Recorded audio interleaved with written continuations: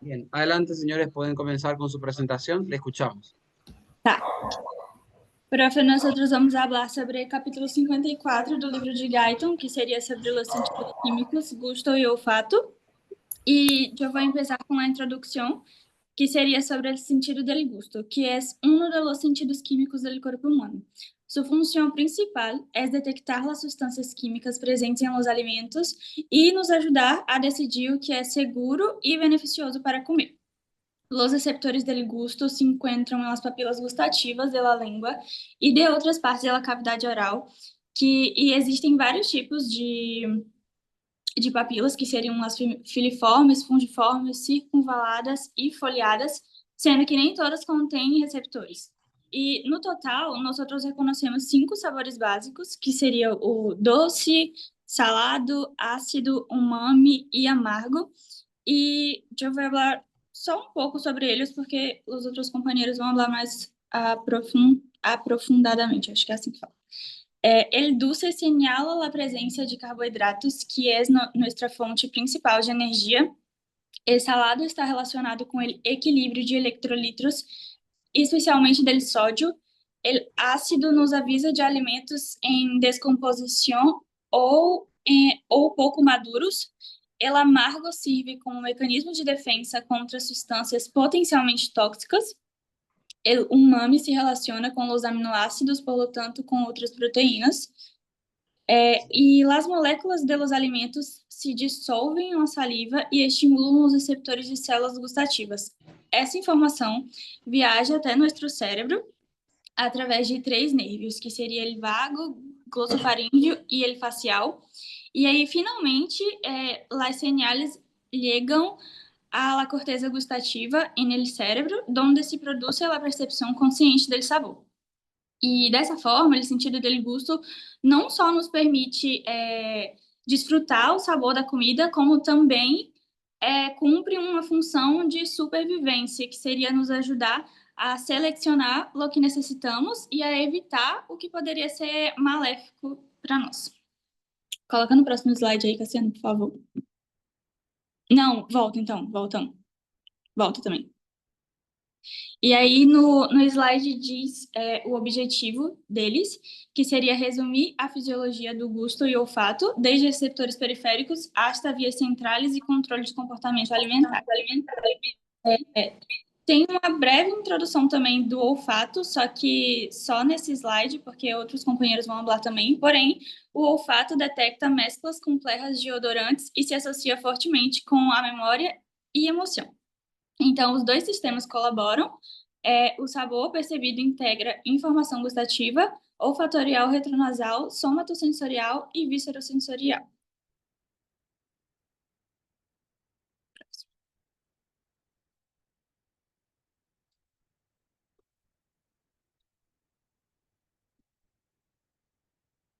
Tá sem áudio, Silvio, eu acho. Sí. Oi, Ahí. Agora. agora eu me perdi tudo aqui porque é 2 telas. Eu vou falar um pouco sobre os umbrais de percepção e sensibilidade a diferentes sabores e quais seriam os mecanismos ativados durante cada um deles, né? Primeiro, falar sobre o umbral de percepção, que é o limiar de detecção de menor concentração de uma substância capaz de produzir uma sensação degustativa. E a sensibilidade, ela refere-se ao quão facilmente a gente percebe esse gosto, e ela é inversa ao limiar. Quanto menor o limiar, maior a sensibilidade. O limiar, ele é... Meu Deus.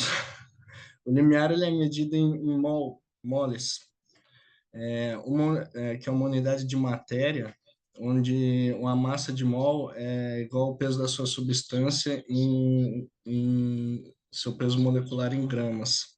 E um mol seria 0,22 vezes 10 elevado a 23. Tá dando para ouvir certo? Sí, Silvio, solamente del teléfono, do celular, baixa o volume. Baixa o volume do celular.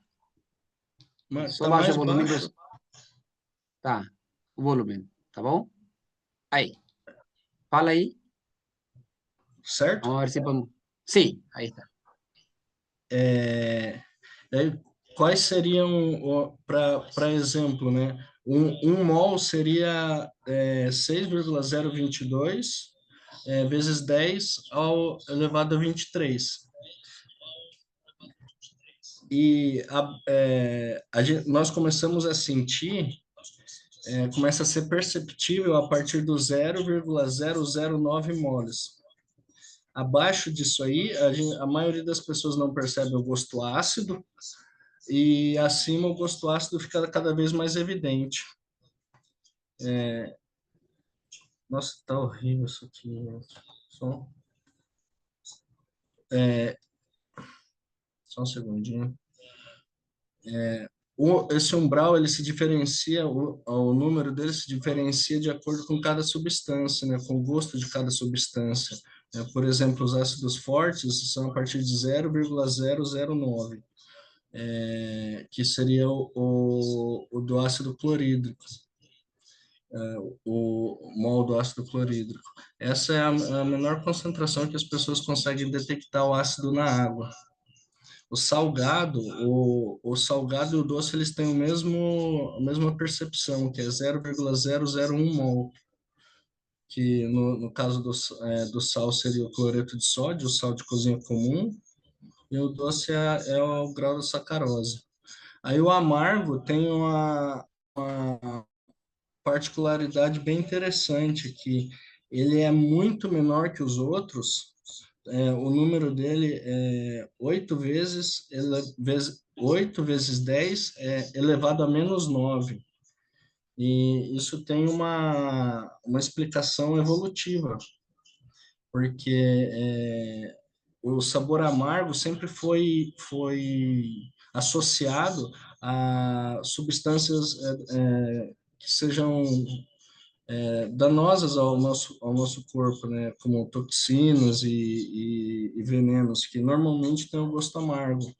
Isso serve para explicar porque a gente é tão sensível a esse gosto, né? Que mesmo em quantidades microscópicas, eles já são detectados pelo nosso corpo. Além de que ele não tem só os receptores do amargo, não tem só na língua, tem no intestino e intestino, eu esqueci outro. E nas vias aéreas, intestino nas vias aéreas. Perdão pelo esquecimento aí. Os mecanismos de transdução, que como nós detectamos esses sabores, nos sabores ácidos, eles são reconhecidos através de canais sensíveis a prótons. Os salgados são pelas entradas de sódio em canais epiteliais de sódio, os ENaC. Os sabores doces, eles são acoplados à proteína G. Os amargos também são acoplados à proteína G, mas por um receptor especial chamado T2R, que, como eu falei antes, existe no intestino e nas vias respiratórias. Existem também outros fatores que eles influenciam na percepção dos sabores, né? Como a temperatura do alimento, o fluxo salival, a viscosidade do bolo alimentício, também a adaptação prévia e aprendizagens e várias variações genéticas nos receptores. Aí nessa tabelinha aí tem alguns dados comparativos com os exemplos do seu poder de detecção, e os mais sensíveis, como eu falei antes, eles são a quinina, que é o amargo. Nossa, tô recebendo uma ligação aqui, gente.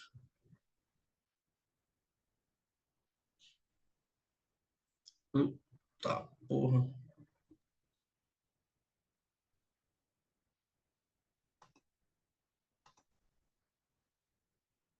Tá ouvindo?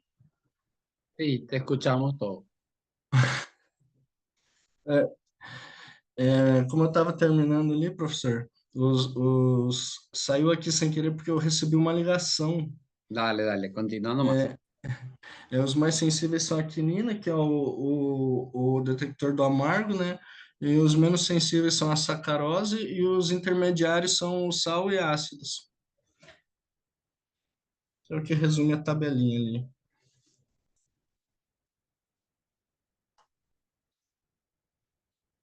Feito?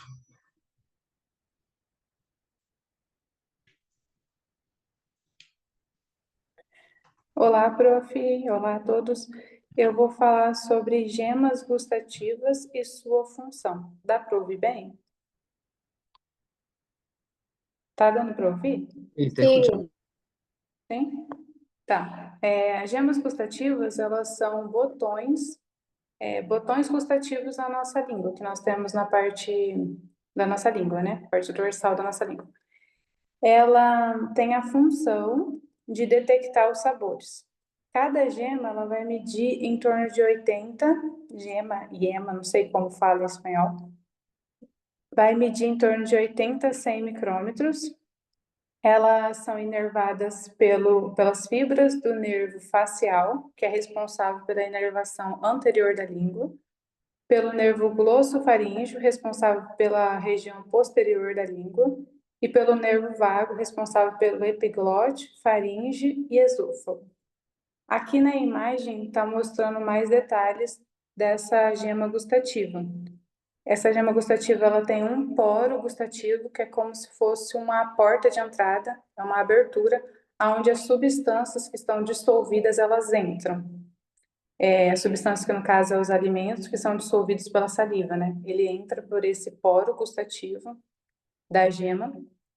E dentro desse poro tem a célula gustativa, que detecta o gosto através das microvelocidades dela.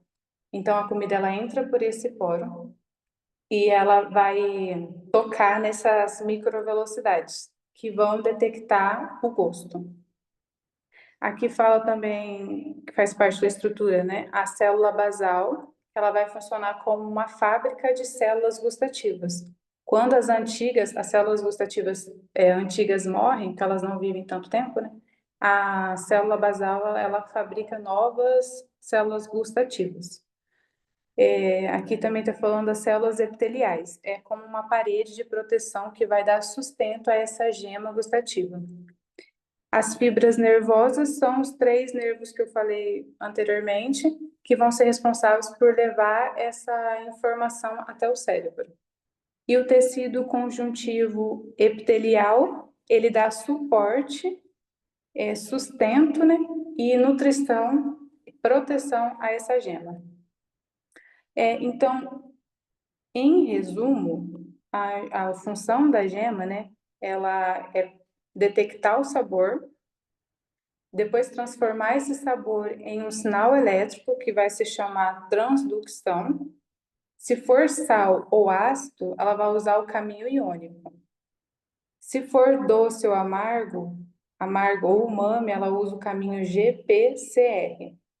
Depois de ativado, a célula gustativa ela vai liberar ATP, que é um sinal químico, para os nervos, para que eles possam levar essa informação até o cérebro e identificar qual é o sabor exato, porque é no cérebro que é identificado o sabor.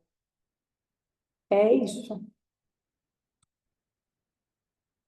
Pode passar para o próximo.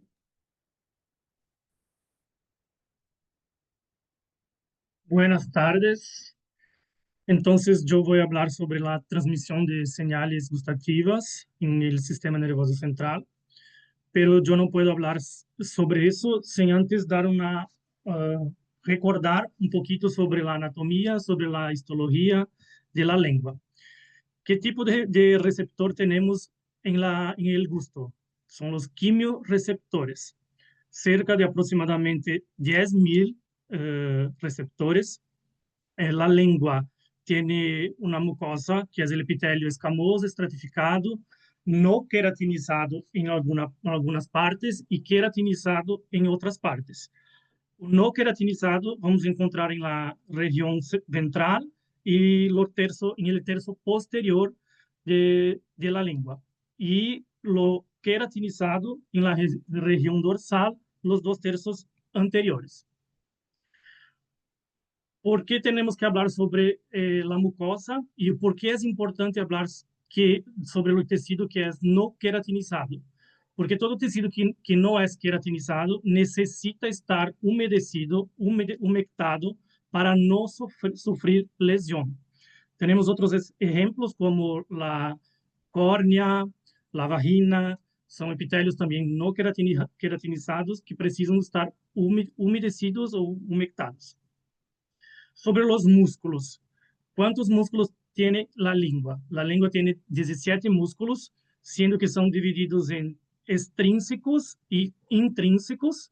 12 de ellos son extrínsecos, o sea, ¿por qué músculos extrínsecos? Porque no son propios de la lengua, ellos llegan hasta la lengua.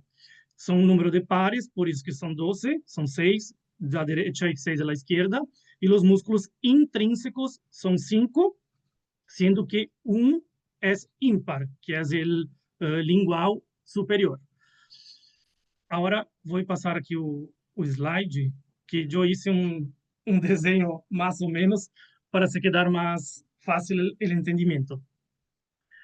Mis compañeros ya hablaron sobre las papilas, pero yo hice un diseño para ficar más fácil, donde las foliadas son las papilas conocidas como rudimentares, o sea, las cambian conforme la persona, pueden tener muchas, pueden tener pocas, las que tienen menos cantidad. Caliciformes son las papilas que forman el V lingual, son de 8 a 12. Tenemos también las fungiformes, que están en todos los dos tercios anteriores de la lengua, en las laterales y en la punta. Y las filiformes, que encontramos en las filiformes, elas não tienen botón gustativo, elas son só táctiles. ¿Qué más? ¿Cómo es la inervación de la lengua? La lengua es inervada, tiene una parte motora, una otra parte sensitiva y otra parte sensorial. O sea, la parte motora que hace movimentar la lengua es el par craneano 12, el 10, o sea, el hipogloso, que es el principal, y el nervo vago. La parte sensitiva es el facial, que es el 7, el noveno, que es el nervo glosofaríngeo, y el 10º, que es el nervio vago. La parte sensorial es por el nervo trigémino, principalmente por el nervo lingual. O sea, cuando nosotros mordemos la lengua vamos a sentir a través del nervo trigémino. ¿Cómo está inervado entonces? La base de la lengua es pelo 10º par craneal, no tercio posterior pelo noveno y los 2 tercios anteriores por el 7º par. El diseño de la izquierda va a mostrar cómo cómo funciona hasta el sistema nervioso central hasta llegar a la corteza gustativa.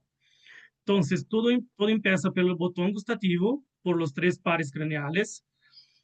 Juntos irán formar un fascículo, que es el fascículo de los nervios gustativos. Irán llegar hasta el núcleo del trato solitario, localizado en el bulbo. Después irán hasta el tálamo, más precisamente en el núcleo ventro-posteromedial, para después llegar en la corteza gustativa, más precisamente en la área de 43 de Brodmann, localizada en la región parietal. Desde el botón gustativo hasta el núcleo del trato solitario, tenemos las neuronas de primera orden. Del núcleo del trato solitario hasta el tálamo, tenemos las neuronas de segunda orden. Y del tálamo hasta la corteza gustativa, tenemos las neuronas de tercera orden. Yo me olvidé de colocar en el diseño una parte que habla sobre las glándulas salivales.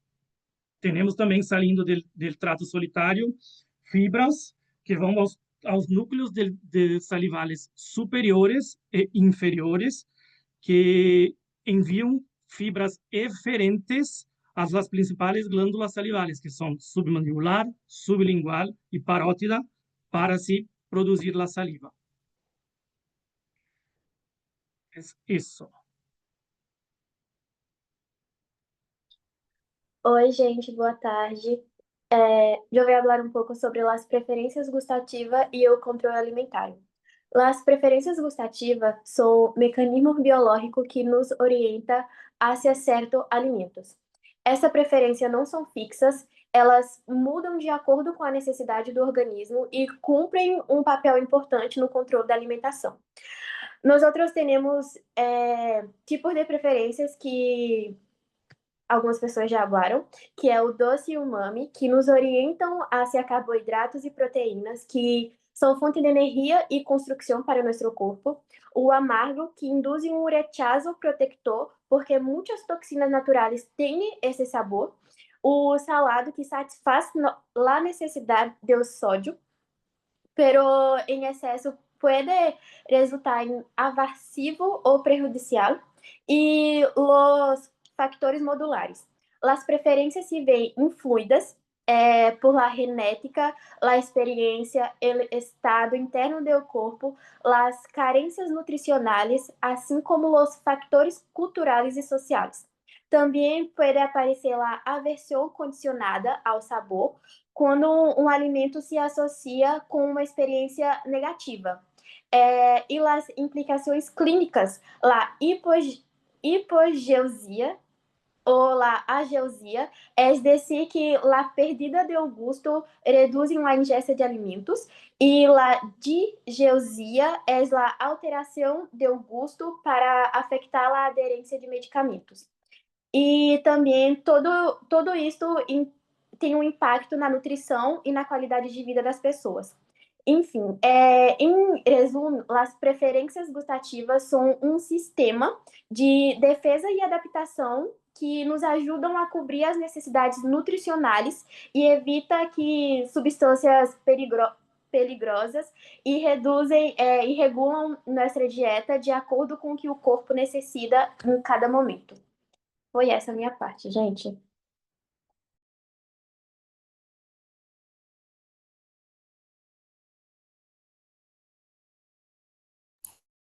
Buenas noches, hoy voy a hablar sobre la organización general del sentido del olfato. El olfato es un sistema sensorial altamente especializado que nos permite detectar y discriminar una gran variedad de moléculas odoríferas. O epitélio olfatório, ele ocupa aproximadamente 5 centímetros na parte superior, né, ali das cavidades nasais. E essas células olfatórias, elas são neuronas bipolares e apresentam cílios, que contêm receptores acoplados à proteína G, também conhecidos como GPCR, perdão. A transdução molecular, esse processo ocorre quando um odorante se une ao receptor e se ativa uma proteína G, chamada proteína Golf. Acho que é assim que pronuncia. Isto desencadena uma ativação da adenosiclasa que produz o MP cíclico. E esse MP cíclico, ele abre os canais iônicos de CNG, o que permite a entrada de cálcio e sódio e vai despolarizar. Ademais, na entrada desse cálcio, também abre canais de cloro, que amplificam esse sinal. E graças a todo esse mecanismo, o olfato tem uma sensibilidade extraordinária. Também tem que falar que cada neurônio olfatória, ela expressa um único tipo de receptor.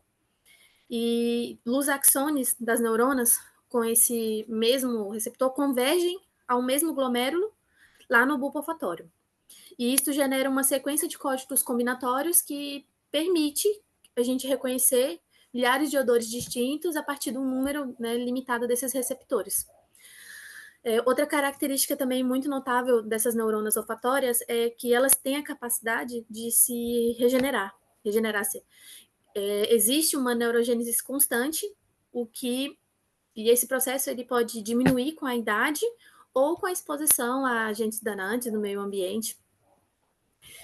E, em resumo, o sentido do olfato é um sistema altamente sensível, organizado, e ele é capaz de detectar moléculas em quantidade mínima e, mesmo assim, se adaptar e se regenerar. Próximo. Olá, buenas noches.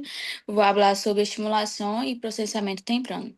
Los axones de las neuronas receptores olfatórios atravessam a lâmina cribosa del hueso etimoides e alcança o bulbo olfatório. Ali se agrupa em glomérulos, onde estabelece sinapses, principalmente com as células mitrales e as células em penátil.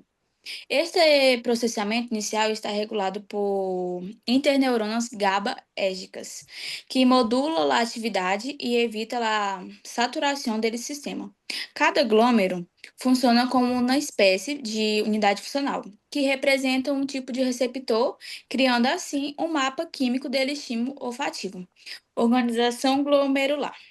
A organização glomerular se baseia em um princípio de convergências, todas as neuronas receptoras que expressam ele mesmo tipo de receptor olfatório envia seus axônios ao mesmo glômerulo. Isto assegura que, ao sinal de um adorante específico, está concentrada e ordenada, permitindo que o bulbo olfatório processe a informação de maneira mais precisa e eficiente. As vias de saída do bulbo olfatório. Desde o bulbo, a informação se projeta hacia diferentes regiões do encéfalo. Corteza piriforme, que é responsável pela percepção consciente do olor. Amígdala corticoide, que vincula o olfato com as emoções. Tubérculo olfatório, que participa em la integração multissensorial e la corteza entorrinal, que relaciona o olfato com a memória. Deste modo, o olfato não só informa sobre o ambiente, sino que também influi em nossas respostas emocionais e recuerdos. A adaptação rápida do olfato é uma característica fundamental do olfato, é sua capacidade de adaptação rápida. Em la resposta inicial, a atividade neuronal pode diminuir até uns 50% em primeiro e segundo de exposição. Continua a um olor. A nível periférico, ele aumento de cálcio intracelular ativa mecanismo que cerra os canais CNG, reduzindo a despolarização.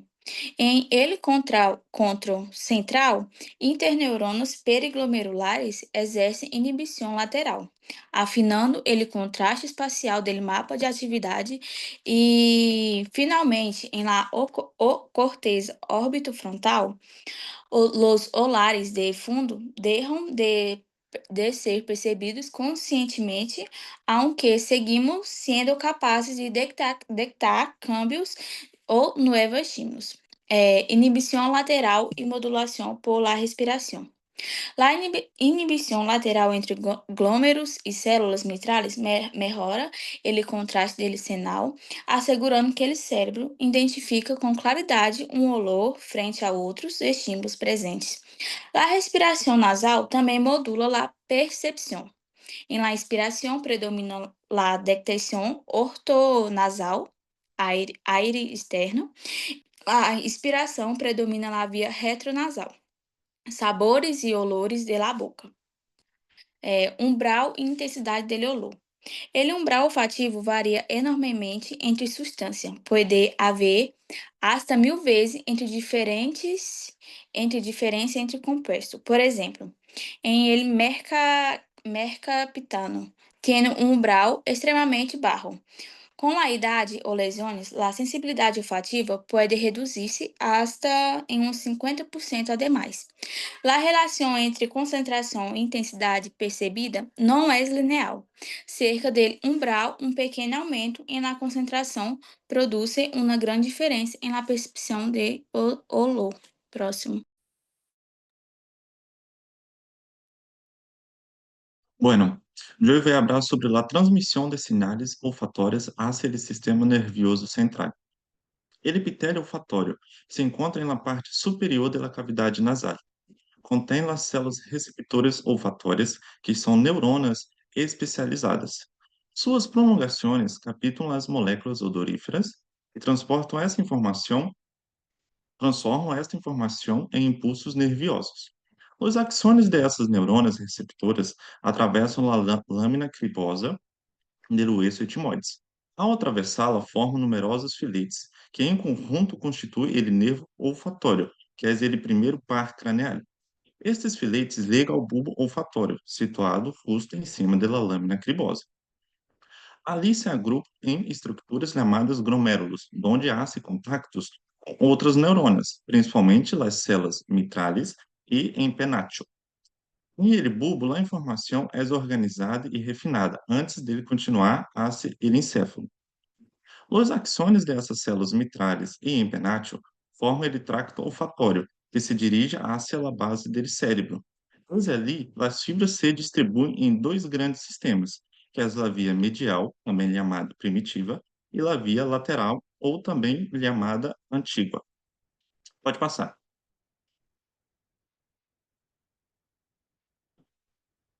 Tá. Na via medial ou primitiva, ela é considerada a mais antiga desde ponto de vista evolutivo. As fibras que nascem dele bulbo olfatório se projetam principalmente hacia o sistema límbico, em especial a amígdala e ao hipocampo. Essas conexões estão relacionadas com as respostas emocionais e comportamentais, frente a olores, por exemplo, rechaço, atração, memória afetiva e condutas instintivas como a alimentação e a reprodução. Não generam uma percepção consciente dele olor, senão que provocam reações viscerais e emocionais automáticas. Pode passar também. Tá. Prof, nessa aqui, essa imagem está errada, então pode desconsiderar a imagem. Na Ok. via olfatória antiga ou lateral. As vias del bulbo olfatório se projetam hacia o tálamo e, posteriormente, hacia a corteza orbitofrontal. Estas vias permitem a análise consciente, detalhado e discriminatório de los olores. Graças a elas, podemos distinguir entre diferentes fragrâncias, identificar peligros como humo ou gás e relacionar olores com experiências cognitivas complexas. Sobre suas conexões funcionais. As vias primitivas e laterais trabalham em paralelo. A parte primitiva confere ao olfato um forte componente afetivo e instintivo. Já a parte lateral otorga precisão, discriminação e percepção consciente.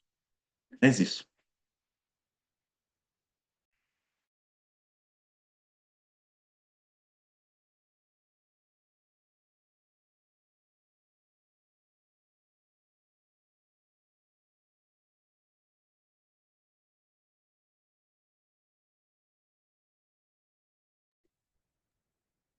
Patrícia, seu telefone está desligado? Eu acho que o áudio. Sí, porque yo no Perdón, escucho nada. estaba con Ay, micrófono desligado, sí, perdón. dale. Bueno, yo voy a hablar sobre la vía moderna del olfato, que es da ruta tálamo hasta corteza orbitofrontal. Entonces, la vía moderna del olfato foi descrita mais recentemente em comparação com os sistemas primitivos e antigos. Sua trajetória vai desde o bulbo olfatório até o trato olfatório, depois ao tálamo e em seguida a corteza orbitofrontal. Essa via funciona como os demais sistemas sensitivos, como a visão, a audição e o tacto. E sua função principal é a percepção consciente do olor. Realiza também uma análise mais detalhada e comparativa dos estímulos olfatórios. Se associa também com olores, com experiências cognitivas e sociais, por exemplo, reconhecer um perfume e fazer uma diferenciação mais complexa desse perfume que se sente, e também nos permite fazer uma identificação mais detalhada e descrever melhor esse olor. Então, a via moderna do olfato, que conecta o tálamo com a corteza orbitofrontal, é responsável de que os seres humanos podamos perceber e analisar conscientemente os olores, de forma muito similar a como funcionam os outros sistemas sensoriais corticais. Pode passar.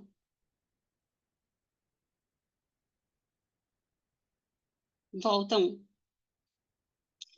O controle centrífugo do bulbo olfatório. Então, não toda a informação vai do nariz até o cérebro, que são as vias aferentes, senão também existem as fibras que viajam do cérebro até o bulbo olfatório, que são as vias centrífugas, no caso, essa que eu vou falar agora.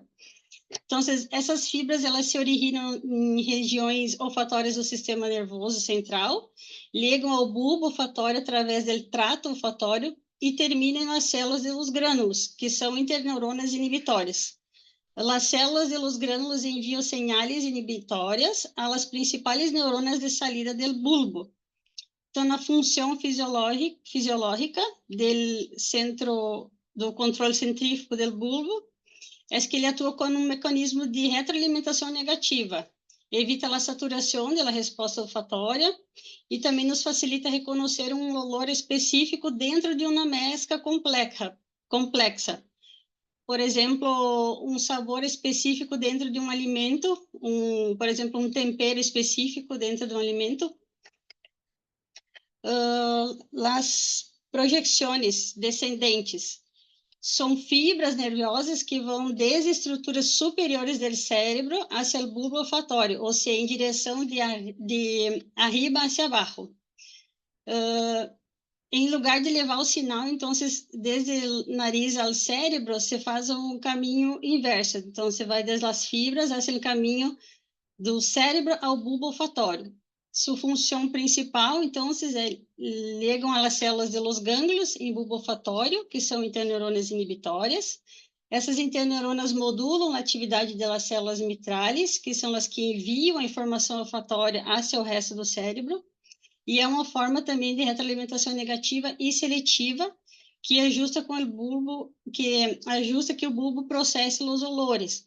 A importância fisiológica dessas projeções descendentes são as que nos permitem, por exemplo, se eu tenho hambre, meu cérebro aumenta a sensibilidade para o olor do alimento. Se eu estou saciado, esses mesmos olores se volvem menos atrativos. E se há peligro ou medo, se prioriza a detecção de olores de ameaça. Sobre as modulações químicas, então, essas modulações são feitas através de neurotransmissores ou neuromoduladores, por exemplo, dopamina, serotonina, acetilcolina.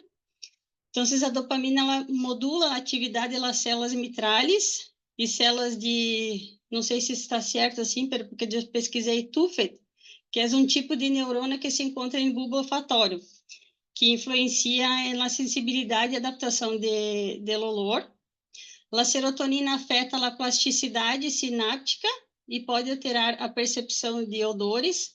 Essa plasticidade sináptica é a capacidade das células e circuitos neurais de se adaptarem e mudarem em resposta às experiências, aprendizados e estímulos ambientais.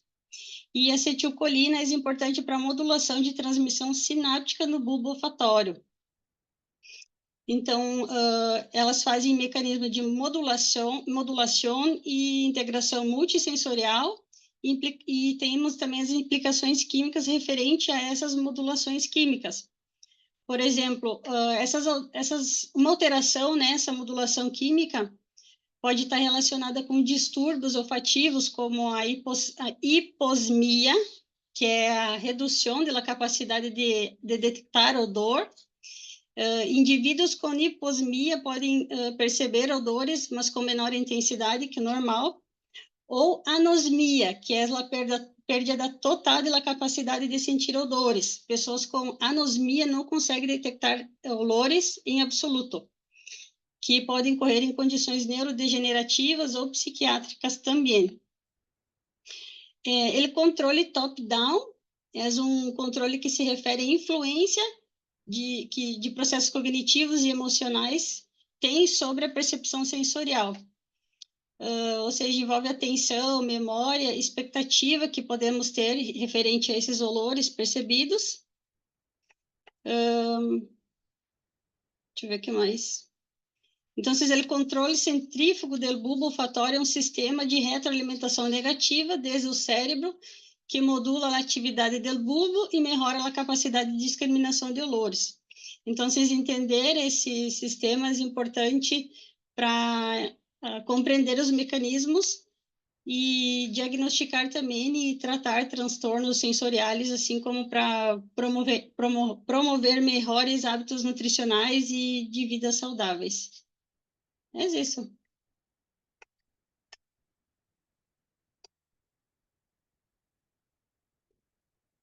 Muy bien.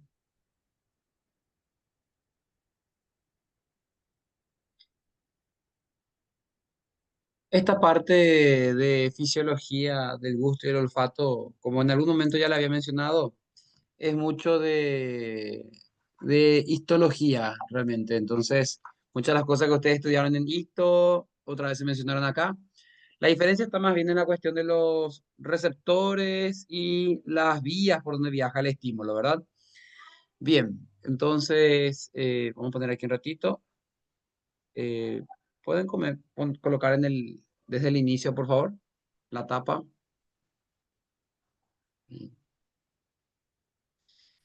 Bueno, fíjense que con relación a la lengua, al gusto, ¿sí? Entonces, la lengua tiene en la cara dorsal, porque la cara dorsal es la parte que queda arriba, está la que cuando yo saco la lengua y le muestro la lengua, la cara dorsal es la que le muestro. Eso es por la posición anatómica de la lengua, ¿sí? Entonces, porque la lengua, estando dentro de la boca, ¿ok? La parte de arriba, ¿sí? Queda para atrás en realidad, y mientras que la parte que está abajo queda en la parte anterior. Entonces, esa parte de la de arriba es la cara dorsal. Y en la cara dorsal de la lengua hay una mucosa especializada, ¿ok?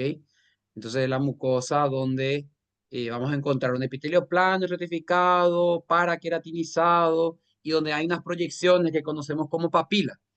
Una cosa es papila, entonces, lingual, la papila gustativa, y otra cosa el corpúsculo gustativo, ¿sí? Porque no todas las papilas de la lengua, no todas las papilas linguales, tienen corpúsculos gustativos. ¿Cuáles son las papilas linguales que existen? Filiforme, foliada, fungiforme, caliciforme. ¿Cuál es la más abundante? ¿Cuál de esas es la más abundante?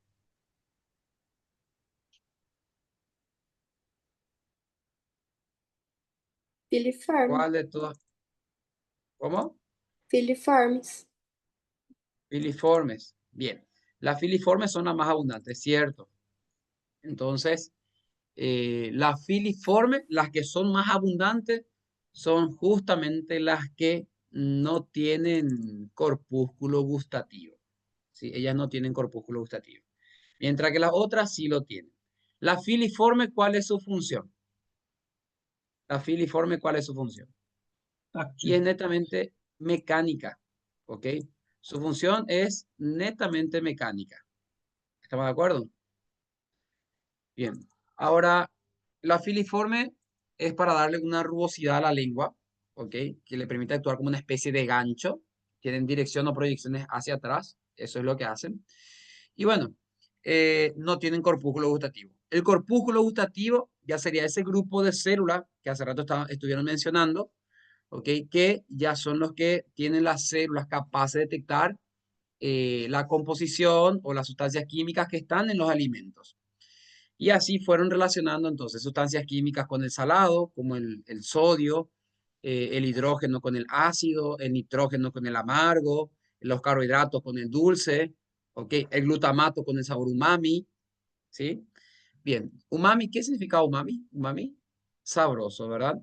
Sabroso. Japonés, sabroso. Un sabor como agridulce. Por ejemplo, podemos encontrar en la, ¿cómo dicen en portugués? Salsa de soja, molho de soja. No sé si dicen así. Salsa de soja. Bueno, en fin. La cuestión también es con relación a la lengua, la inervación, que hace rato Casiano estuvo mencionando, la sensitiva, la parte sensitiva. Porque la parte sensitiva hay que considerar lo siguiente. Está la sensitiva general. La sensitiva general es el tacto, el dolor, el frío, el calor, ¿sí? Mientras que también hay una sensibilidad especial que es del gusto, ¿sí? Ahora, ¿dónde está la principal diferencia? En los 2 tercios anteriores, ¿ok? Ya en el tercio posterior y la región epiglótica ya es igual, pero los 2 tercios anteriores es donde se diferencia la inervación sensitiva general de la sensitiva especial. ¿Ok?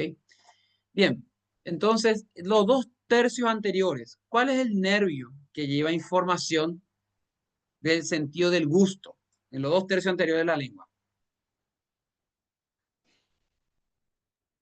Facial. ¿Mediante cuál nervio? Trigêmeo, profe.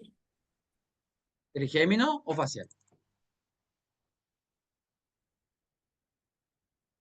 Excelente pergunta. Trigêmeo. En el diseño de burro de Casiano habla facial. ¿Facial?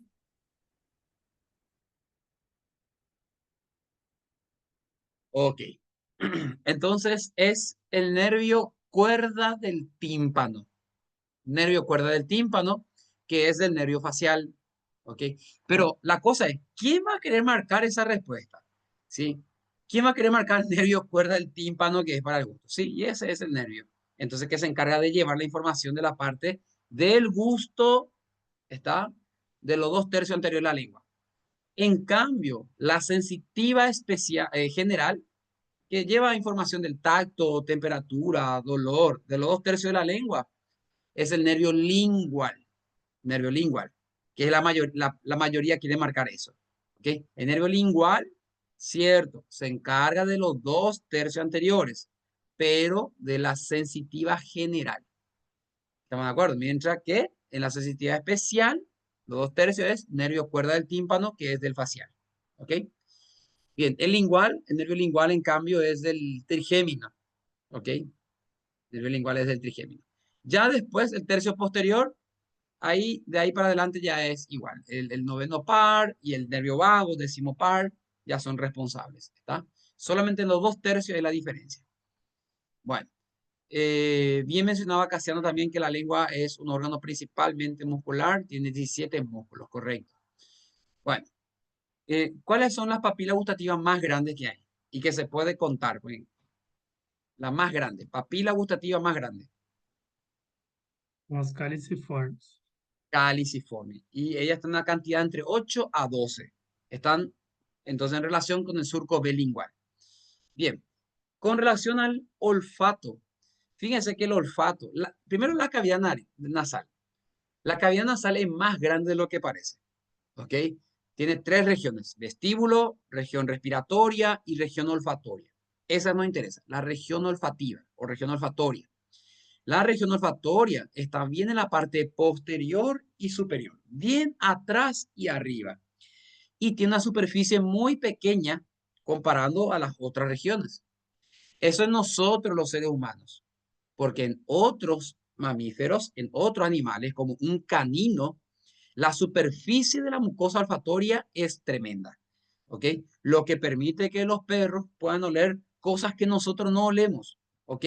Y a la distancia está también. Entonces, los perros a distancia consiguen entonces detectar ciertos olores y es mucho más sensible. Eso por la mucosa olfativa más desarrollada que presenta. Nosotros no tan desarrollados.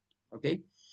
Bien, entonces ahí nosotros vamos a encontrar en la mucosa olfativa un epitelio especializado donde incluso vamos a encontrar unas neuronas de tipo bipolar.